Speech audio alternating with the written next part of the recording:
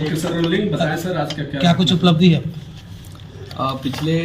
कुछ महीनों में मुजफ्फरपुर ज़िले के साइबर पुलिस स्टेशन के द्वारा लगातार जितनी भी साइबर फ्रॉड की कंप्लेंट्स आ रही हैं उनको एक्टिवली परस्यू किया जा रहा है और उनको टेक्निकल इन्वेस्टिगेशन के बेसिस पे और मैनुअल इंटेलिजेंस के बेसिस पे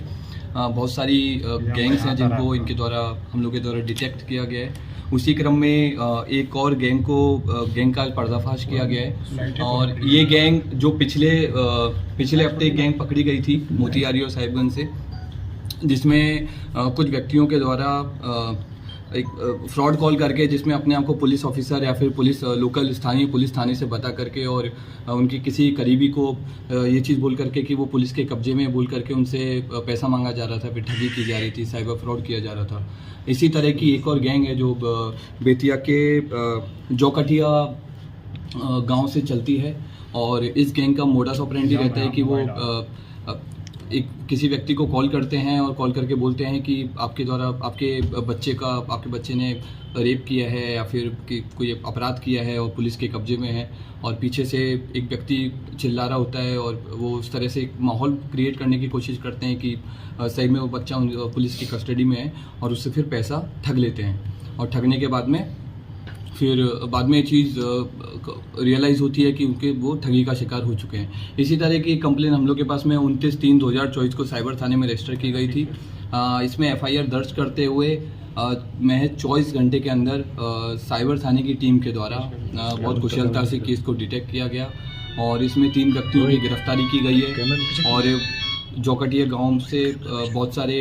ATMs, मोबाइल फ़ोन, 1.5 लाख के आसपास कैश रिकवर किया गया है, लैपटॉप रिकवर किया गया है। इसके अलावा जिस महिला के साथ में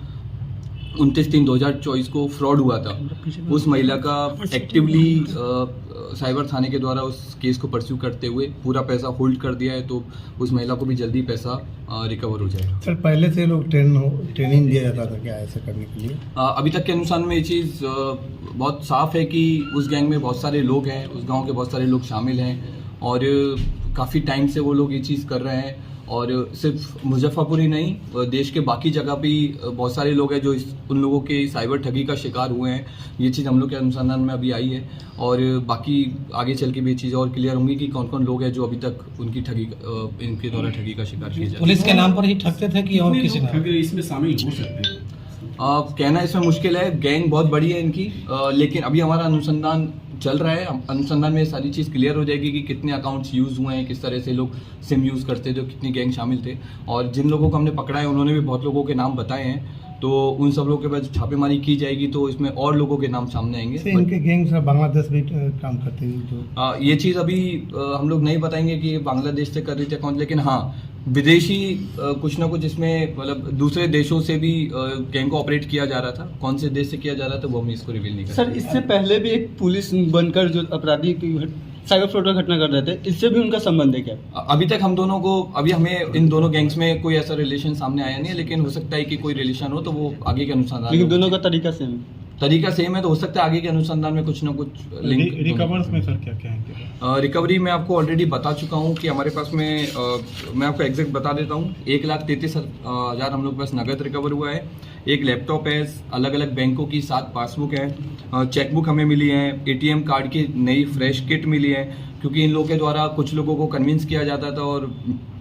कई लोगों से ATM कार्ड और सिम को खरीदा जाता था 3500 से 3,000 रुपये के बीच में। तो कुछ लोग थे जो ATM खरीदते थे, सिम खरीदते थे और खरीदने के बाद कुछ लोग थे जो उस सिम को किसी जो फ्रॉडस्टर्स हैं जो कॉल करते थे उनको लोग बेचते थे।